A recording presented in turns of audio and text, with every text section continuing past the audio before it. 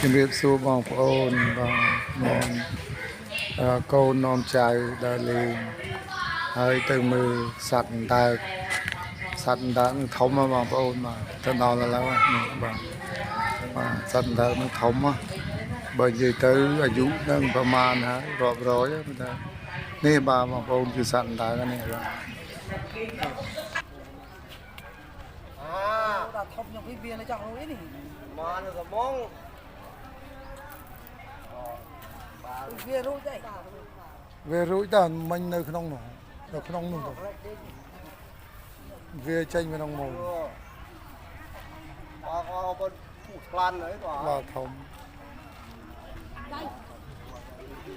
mà con nam tử ទៅប៉ះ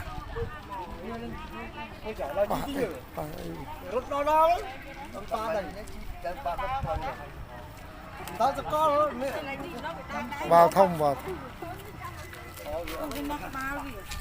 មកចាស់ថាអាយុវែង100ដូចដើរហ្នឹងចាអាយុ100ដើរគឺ100 đây món ăn nữa ចាស់និយាយដែរតែ100បើមក100ជាងទៀតអមស៊ូរកវាក្បាលធំហ្នឹង con là hai ba hiên cloud rút quanh ba lần và slow với man con làm mà tu ăn mua mua quẹt lút đi អត់វា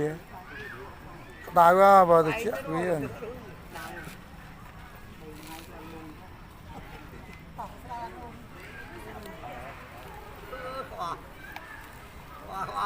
quạt giờ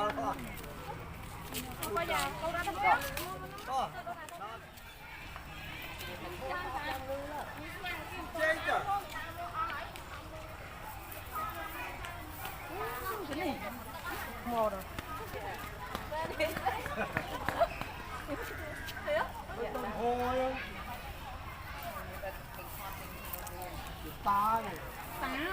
នឹងហើយនឹងប្រហែលឆ្នាំមកចូលដល់តានដែរគេ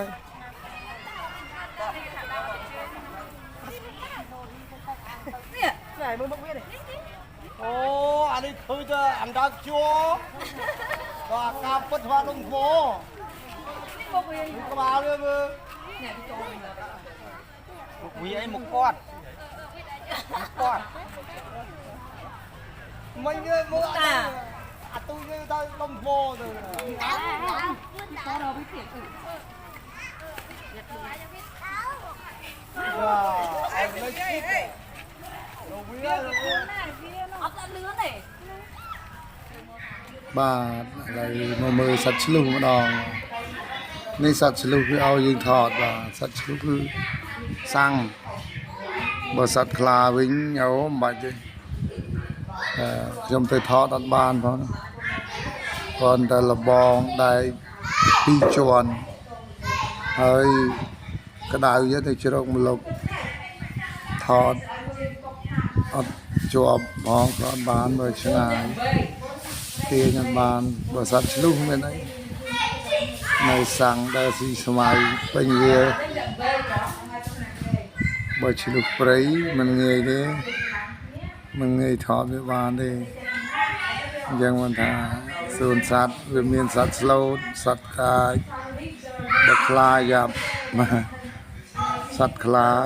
គឺវាមានអំណាចមិនហ៊ានប្រឡែងឲ្យយើងទៅដើរមើលវាបានទេនៅក្នុងទ្រុងដែកផងគង់តែមនុស្សទៅមើលច្រើនវាដើរទៅឆ្ងាយវត្តវាអត់នៅជិតយើងទេសត្វឆ្លុះសត្វផ្សេងទៀតវាទៅបីមិនវាសាំងវាអត់កាចណាអញ្ចឹងសូមជម្រាបលាបងប្អូនបាទ